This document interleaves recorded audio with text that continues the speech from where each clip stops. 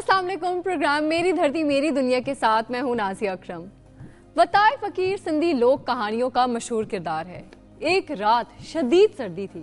वताए की माँ ने उसे कहा कि वताए तुम खुदा के नेक बंदे हो, उसके बहुत करीब हो, क्या तुम खुदा से कह नहीं सकते कि यहाँ बहुत सर्दी है और दोज़ख की आग से थोड़ी सी गर्मी हम जैसे गरीबों के लिए पहुँचा दे। अपनी माँ की इस बात के जवाब में वताए ने बहुत ही शानदार बात कही। उसने कहा, अम्मा दोज़ख में कोई आग नहीं है, जो कोई वहां जाता है वो अपनी आग खुद साथ लेकर जाता है। इंसान पर जो मुसीबत आती है वो उसकी अपनी ही सोच और उसके अमाल की वजह से आती है, और इंसान को जो खुशियां मिलती हैं वो भी उसकी अपनी ही वजह से। और हम तो लाते ही आपके लिए धरती के मुख्तलिफ गोशों से खुशियां ही हैं। और जनाब आप देखते हैं आज का प्रोग्राम, लेकिन सिर्फ चंद झलकियों में। आज मेरी धरती मेरी दुनिया में मिलवाएंगे वाटर कलर आर्टिस्ट से।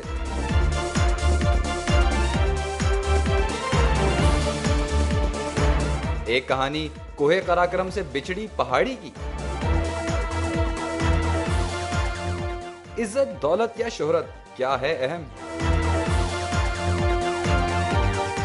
और मट्टी के बर्तन बनते हैं कहां की जीनत।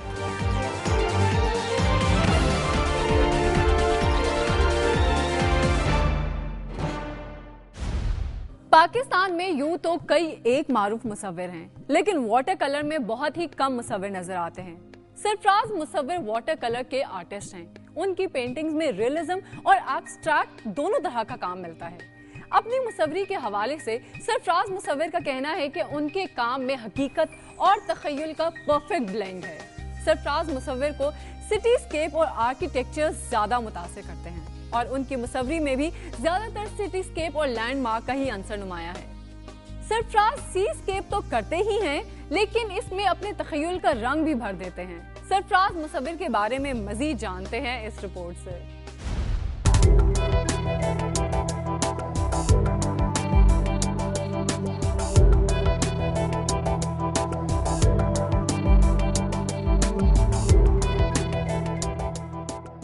रंग जब कैनवस पर फैलते हैं तो शाहकार तख्लीक होते हैं। हर तख्लीककार की ऑब्जर्वेशन और इमेजिनेशन उसकी तख्लीकात में झलकती है। सरफराज मुसव्विर भी एक ऐसा ही तख्लीककार है जिसकी उम्र गुजरी रंगों और कैनवस के दश्त में अपनी सोच के दायरे बुनते बुनते।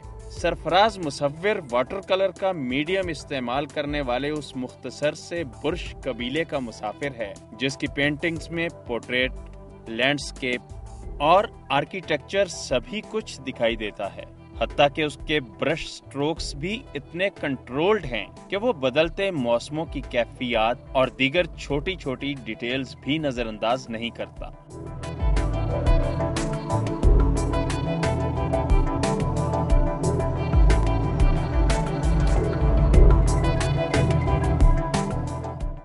वाटर कलर एक बड़ा खूबसूरत मीडियम है और बहुत ही सॉफ्ट मीडियम है। इस मीडियम में काम करने में बहुत मैं एंजॉय करता हूँ। मीडियम्स और भी मैंने अप्लाई किए हैं और भी मीडियम्स में काम किया है, लेकिन जब मैं वाटर कलर की तरफ आया स्पेशली, तो वाटर कलर को पेंट करके वाटर कलर में पेंटिंग्स बनाकर मुझे बहुत ज़्यादा मज़ा आया। इसीलिए सरफराज मुसव्विर की पेंटिंग्स में जिंदगी पूरी तरह दिखाई देती है।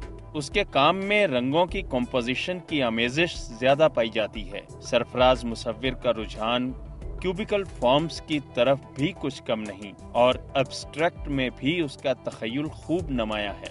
मेरी इंस्पिरेशन मेरा पाकिस्तान है, मेरा मुल्क है, उस मुल्क के शहर हैं, उस मुल्क की गलियां हैं, उस मुल्क के बाज़ार हैं, और मेरे मुल्क के अंदर जो पुरानी बिल्डिंग्स हैं स्पेशली मैं उनको ख़ास तौर पे फोकस करता हूँ। उन पर मेरा ध्यान ज़्यादा होता है। मैंने नई बिल्डिंग्स, नए बाज़ार, नई जगह, नई लोकेशंस भी पेंट की हैं। वो जिंदगी को कैप्चर करता है। उसके शाऊर और इमेजिनेशन में जो कुछ भी है उसे जिंदगी के हकीकी रंगों में जम करके जब वो कैनवस पर मुंतकिल करता है तो उसके रियलिज्म में भी आइडियलिज्म के रंग कभी फीके नहीं पड़ते। सरफराज मुसव्विर मुल्क भर में एग्जीबिशंस के अलावा यूरोप और खलीजी रियासतों में भी पजीराई हासिल कर चुका है।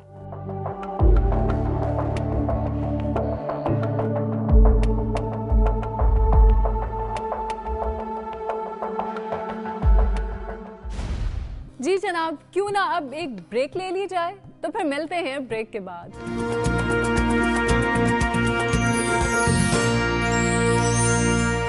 मेरी धरती मेरी दुनिया में वेलकम बैक। शेखुपुरा पंजाब का सनती शहर है, लेकिन सनत से ज्यादा ये मशहूर है तारीखी इमारात की वजह से। मुगल शहनशाहों ने जो तामीरात की, उनमें से अक्सर तामीरात के साथ कोई ना कोई रोमानवी दास्तान जुड़ी हुई है, जैसा कि ताजमहल, अनारकली का मकबरा, किला शेखुपुरा की दास्तान भी कुछ ऐसी ही है। ये किला बादशाह जहांगीर ने 400 साल पहले बनाया था।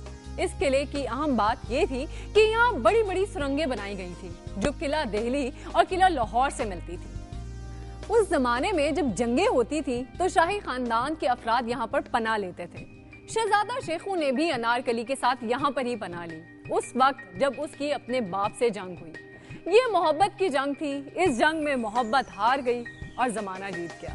बाप बेटे की इस जंग में फतह हुई जहांगीर को। उसने अनारकली को गिरफ्तार किया और लाहौर ले जाकर दीवार में चुनवा दिया।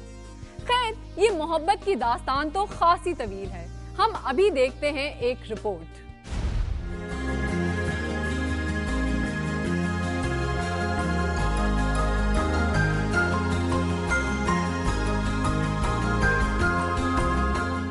किला शेखुपुरा 400 साल कबल मुगल बादशाह जहांगीर के हुक्म पर तामीर हुआ। इब्तदा में इसकी तामीर माहिर तामीरात सिकंदर मुइन की निगरानी में हुई, जिसकी वफात के बाद इरादत खान ने इसे पाया तकमील तक पहुंचाया। इसकी बैरूनी दीवारें 5 फुट चौड़ी और 60 फुट ऊंची हैं। किला की लंबाई 444 फुट जबकि चौड़ाई 410 फुट है। किला के अंदर कई खुफिया खाने और सुरंगें मौजूद हैं, जो अब खत्म हो चुकी हैं। किला शेखुपुरा से शाही किला लाहौर और किला दिल्ली को सुरंगें लगती हैं। किले की अंदरूनी दीवारों पर नफीस और नादर नक्श बने हुए हैं, जो सदियां गुजर जाने के बावजूद भी हुस्न फन में मुमताज। मुगल दौर में इस किला के अंदर अनाज और रियासती जंगी कैदी रखे जाते थे। इस बात के भी सबूत मिलते हैं कि जब शाही किला लाहौर और किला दिल्ली पर हमला होता तो शाही खानदान के अफराद सुरंगों के रास्ते यहाँ आकर पनाह लेते।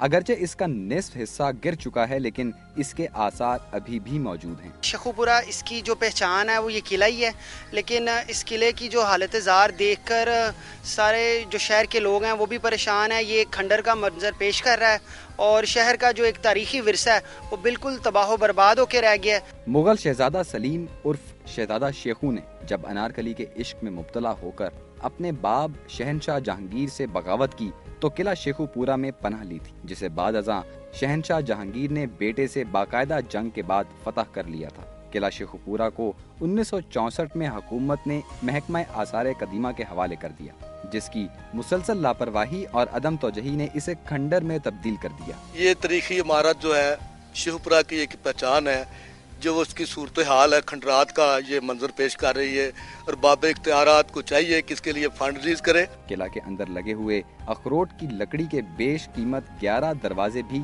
चोरी कर लिए गए, जिनका मुकदमा तक दर्ज नहीं कराया गया। जमाने के बेरहम हाथों से किला के अंदर मुगलिया सल्तनत के निशानात मिटते जा रहे हैं। किला की इमारत इतनी खस्ता हो चुकी है कि अब इसे खतरनाक करार देकर आवाम के लिए बंद कर दिया गया है। वो वक्त दूर नहीं जब यह किला महज एक अफसानवी दास्तान बनकर रह जाएगा। मुस्लिम सकाफती विरसा की ये तारीखी इमारत तबाही के आखिरी दहाने पर है। महकमा आसार कदीमा ने इसकी बहाली के लिए फौरी इक़दाम न किए तो ये इमारत जमीन बोस हो सकती है। प्रोग्राम मेरी धरती मेरी दुनिया के लिए कैमरामैन तालिब हुसैन के साथ राना मोहम्मद उस्मान, दुनिया न्यूज़, शेखुपुरा।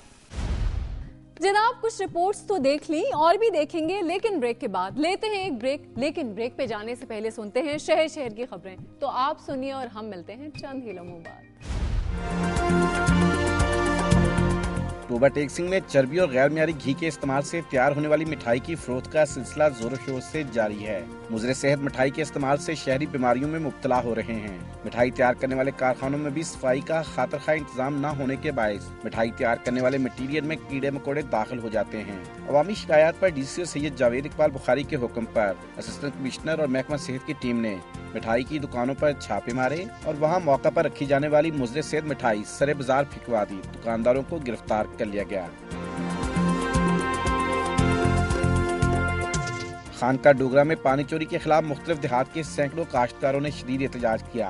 काश्तकारों के नुमाइंदे सैयद इश्तियाक हुसैन ने इल्जाम आयद किया है कि महकमा नहार के मुलाजमी ने बासर जिम्मेदारों की मिलीभगत से गैर कानूनी मोगे तामीर करके पानी चोरी करने की खुली छुट्टी दे रखी है और गरीब काश्तकार पानी को तरस रहे हैं। मनपसंद जिम्मेदारों को ज्यादा मकदार में पानी देने के लिए मोगा के मुंह पर मिट्टी और बजरी के भरे थैले डाल रखे हैं। रात को नालें भी लगाई जाती हैं। फी नाल 1 से 2 लाख रुपए नजराना लिया जाता है।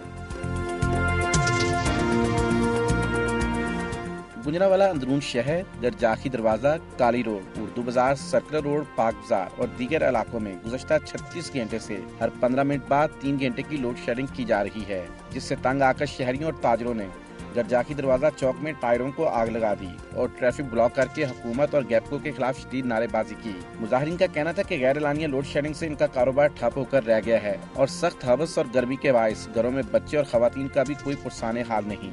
ट्रैफिक ब्लॉक होने से अंदरूनी शहर चलने वाली ट्रैफिक की लंबी लंबी कतारें लग गईं। तहम पुलिस ने मौके पर पहुंचकर मुज़ाकरात के बाद मुजाहिरीन को मुंतशिर कर दिया।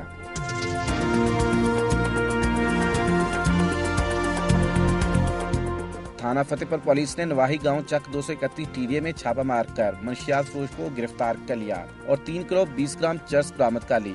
मुलज़म अरसा दराज से चरस की फरोख्त का काम कर रहा है। इस मौका पर SHO मलिक अब्दुल हमीद ने कहा कि पुलिस अकेले कुछ नहीं कर सकती। अवाम पुलिस के साथ ताउन करें तो इलाका को जुराइम और मंशियात से पाक कर देंगे। शेखपुरा में जाली पीर ने जिन निकालने और मुख्तलिफ बीमारियों का इलाज करने के गैर इंसानी रवैया अपनाते हुए इंसानों को जमीन से कई फुट ऊपर तक बांसों से उल्टा लटका कर इलाज करना शुरू कर दिया। पुलिस ने बाकायदा इजाजतनामा दे दिया। ज़ईफुल अकीदा लोग अपनी बीमारियों और जिन्नात से निजात पाने के लिए जाली पीर को सजदा करते हैं, जिन पर जाली पीर जंतर मंतर करता है, जिससे सजदा करने वाला शख्स तड़प कर कई फुट दूर तक जा गिरता है, जिसे जाली पीर के चेले उठाकर एक लाइन में लिटा देते हैं और बादशाह बेहोश होने वाले शख्स के पाँव रस्से से बांधकर उसे जमीन से कई फुट तक ऊंचे बांसों से उल्टा लटका देते हैं।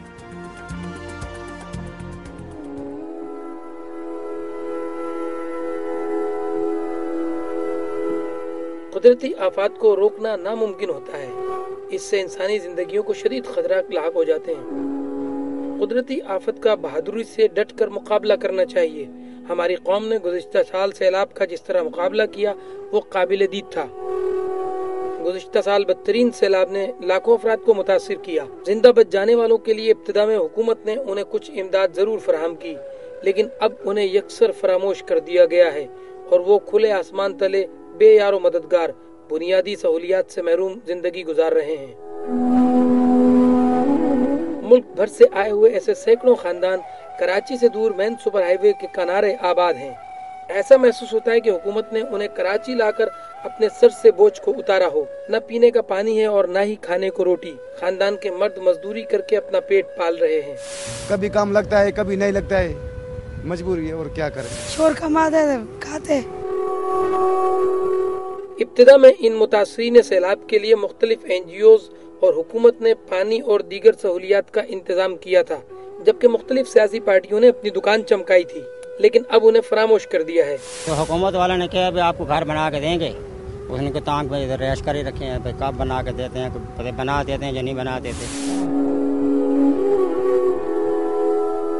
एक NGO अब तक मुतासिरीन के लिए कुछ काम कर रही है। यहाँ पे हमें ऑलमोस्ट तकरीबन 1 ईयर हो गया जो मुसलसल हम यहाँ पे काम कर रहे हैं। बहुत सारी NGOs आई, बहुत सारे इदारे आए, प्राइवेटली भी लोग आए यहाँ पे, लेकिन वो ड्रॉप हो गए। जो कुछ खो गया उसका डेफिनेटली इनको अफसोस तो है, लेकिन उन्हीं अफसोस से उनको निकालना है, क्योंकि अब ये इनकी ज़िंदगी ख़त्म तो नहीं हो गई है, अब इनको और मज़ीद आगे बढ़ना है। गुज़िश्ता साल आने वाले बदतरीन सैलाब के बावजूद हुकूमत ने कुदरती आफात से निपटने के लिए कोई हिकमत अमली वज़ा नहीं की है। गुज़िश्ता साल मुल्क भर में आने वाले बदतरीन सैलाब से मुतासरा अफराद कराची सुपर हाईवे के किनारे आबाद हैं। ये खुले आसमान तले यहाँ मौजूद हैं। बारिशों की आमद है। इनका कहना है कि बारिशों की आमद से पहले हुकूमत इन्हें महफूज मकामात पर मुंतकिल कर दे। मेरी धरती मेरी दुनिया के लिए कैमरामैन हबीबुर रहमान के साथ यूनुस आफरीदी, दुनिया न्यूज़ कराची।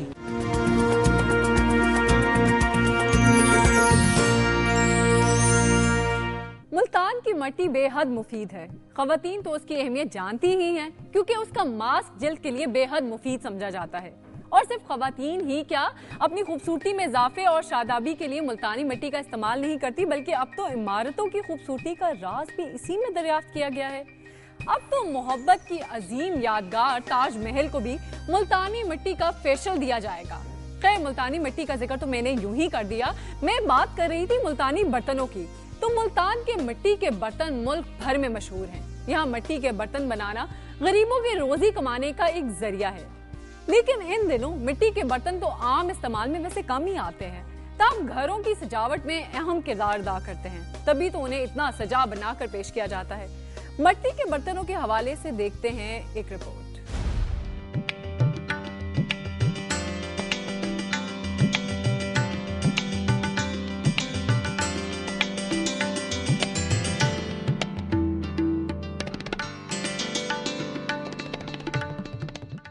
मुल्तान की मिट्टी में वफा तो है, लेकिन जब ये मिट्टी हुनरमंदों के हाथों से छू जाती है तो खूबसूरती के सारे इस्तारे, सारी तशबीहात मान पड़ जाती हैं। ये औलिया कराम का फैजान ही है जिसने इस मर्दम खेज खिते को ऐसे हुनरमंद अता किए जो मिट्टी को हाथ लगाएं तो वो सोना तो नहीं बल्कि मिट्टी की चाहत रखने वालों के लिए इससे भी कीमती हो जाती है।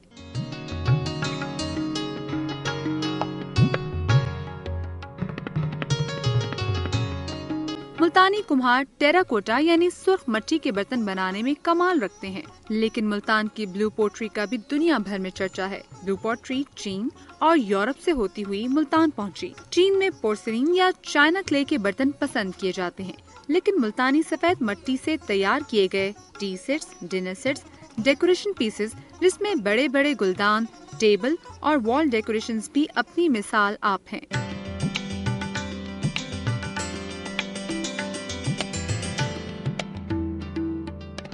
मुल्तान में सफेद मिट्टी का काम पहिए के अलावा डाइयों पर भी होता है, और जब इन खूबसूरत पॉट्स और डेकोरेशन पीसेस पर हुनरमंदों की उंगलियां नीले रंग से फूल बूटे और डिजाइन बनाते हैं तो ये दिलकश शाहकार बन जाते हैं। गुलकारी मुल्तानी हुनरमंदों का पेशा है।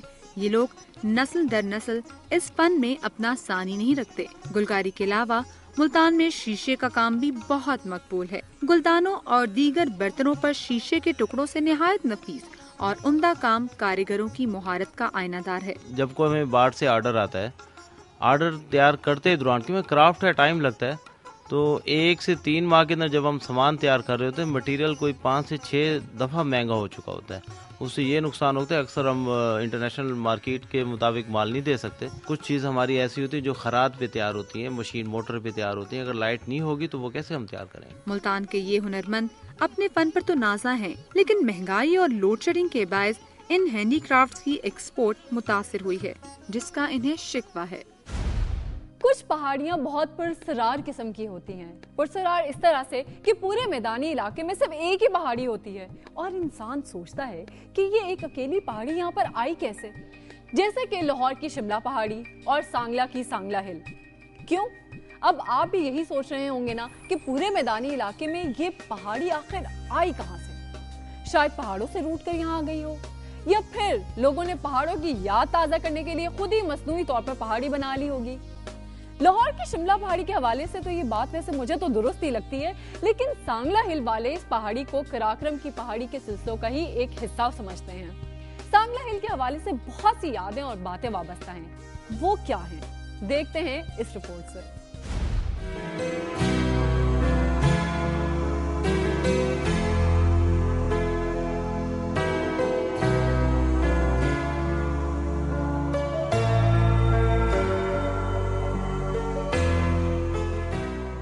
अपने दिलचस्प नाम की वजह से मशहूर कस्बा सांगला हिल कालीन की सनत की वजह से अंदरूने मुल्क और बैरूने मुल्क शोहरत रखता है। कालीन बाफी का आगाज क़याम पाकिस्तान के चंद सालों के बाद ही शुरू हो गया था। लोग अपने घरों में खड़ियां लगाकर मेहनत मजदूरी करके अपने बच्चों का पेट पालते थे। मेरे बुजुर्गों ने क़याम पाकिस्तान के चंद साल बाद इस सनत को यहाँ पर शुरू किया और आज अल्लाह ताला के फजल करम से पाकिस्तान की पहचान पाकिस्तान के हाथ के बने हुए कालीन है। पहाड़ी के दामन में वाक़ई ये शहर जो कभी साकला कहलाया और कभी सागला के नाम से मशहूर हुआ। मौजूदा सांगला हिल कोई 1 सदी कबल आबाद हुआ। जब बेआबादो वीरान इलाके को नहर रक ब्रांच के जरिए सैराब किया गया। ये नहर 1896 में निकाली गई थी। सांगला हिल की तारीखी पहाड़ी आज भी अपनी जगह मौजूद है। इस पहाड़ी ने बड़े बड़े तगय्युर बदल देखे और इस इलाके को कई बार ताराज होते भी देखा। मौजूदा वॉर एंड टेरर की वजह से इस सनत को शदीद नुकसान पहुंचा है और गैर मुल्की कस्टमर जो है वो पाकिस्तान आने से घबराते हैं। ज़रूरत इस अमर की है कि अगर वफाकी हुकूमत, बैनुल-अक़वामी सतह पर और सूबाई हुकूमत रोज़गार की फरहमी के लिए इस पर तवज्जो दें तो इस घरेलू सनत से हज़ारों लोगों को रोजगार मुहैया किया जा सकता है। 100 साल पहले जब यहाँ सड़कों और रेलवे लाइनों का जाल बिछाया जाने लगा तो इस पहाड़ी का पत्थर सड़कों और रेलवे लाइनों में इस्तेमाल होने लगा और यूं करीबन 1 सदी तक इस पहाड़ी से पत्थर हासिल किया जाता रहा, जिसका नतीजा ये हुआ कि कई एकड़ पर मुहित ये पहाड़ी अब मुख्तसर सी पहाड़ी बनकर रह गई है। इस पहाड़ी ने अपने दामन में बुद्ध मत के पैरोकारों की तरबियत गाह भी देखी और पानी की एक खूबसूरत झील का नजारा भी किया। पहाड़ी के दामन में डिग्री कॉलेज की शमा रोशन है, जिसकी रोशनी इस इलाके में जहालत के अंधेरों को दूर कर रही है। इस यादगार पहाड़ी के साथ ही 39 एकड़ पर एक शानदार हिल पार्क आवाम की तफरीह के लिए बनाया जा रहा है। जनाब, बहुत सी रिपोर्ट्स तो आपने देख ली हैं, अब क्यों ना एक वीडियो देख लें। तो देखते हैं ये एक दिलचस्प सी वीडियो जो हमें भेजी है दुनिया के रिपोर्टर अब्दुल्ला अकरम ने।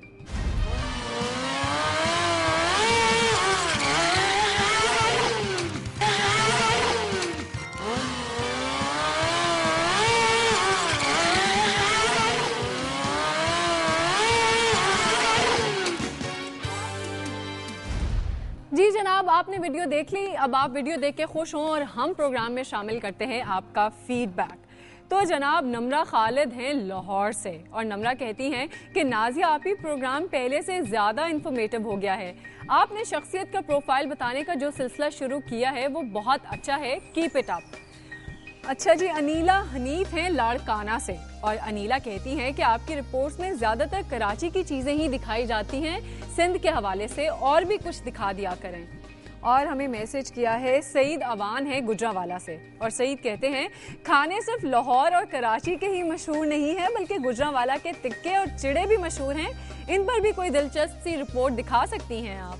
जी बिल्कुल सईद, आपने सही कहा। इब्राहिम गोंदल है सरगोदा से और इब्राहिम का कहना है कि उन्हें मेरा शहर वाला सिलसिला बहुत पसंद है, लेकिन अब ये कम ही नजर आता है, हफ्ते में कम से कम 2 बार तो दिखा दिया करें। जी जनाब, ये था आपका फीडबैक। आपकी सब तजावीज़ जो हैं वो नोट कर ली गई हैं। यूं ही आप अपना फीडबैक देते रहिएगा, बहुत बहुत शुक्रिया जनाब। अब हमें लेनी है एक और ब्रेक, तो हम मिलते हैं चंद ही लम्हों बाद।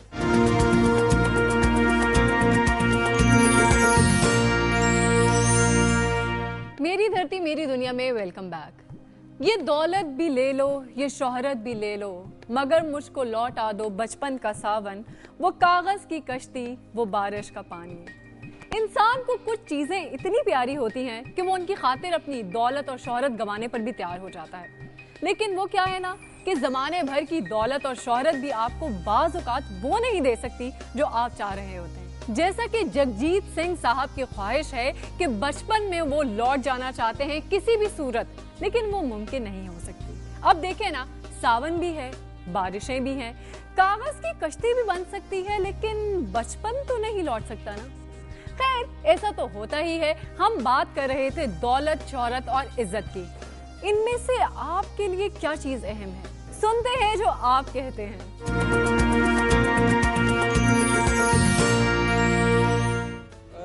इंसान की जो डिग्निटी होती है उसका कोई भी है, कोई इसमें निमल बदल नहीं हो सकता, कोई भी इसमें किसी किस्म की भी आप नहीं छोड़ सकते, कोई भी कसर।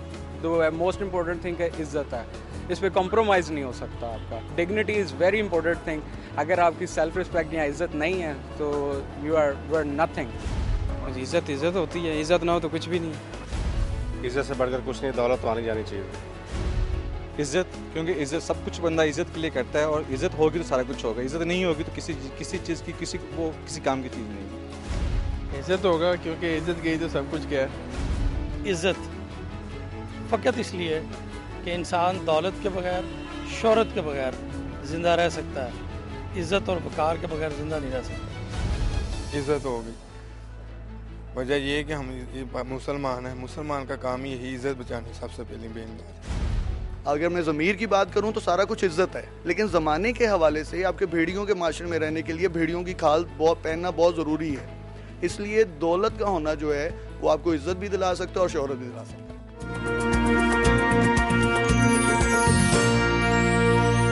मुनव्वर ज़रीफ स्क्रीन पर कहकहों की बरसात करने वाले नाकाबिले फरामोश अदाकार थे।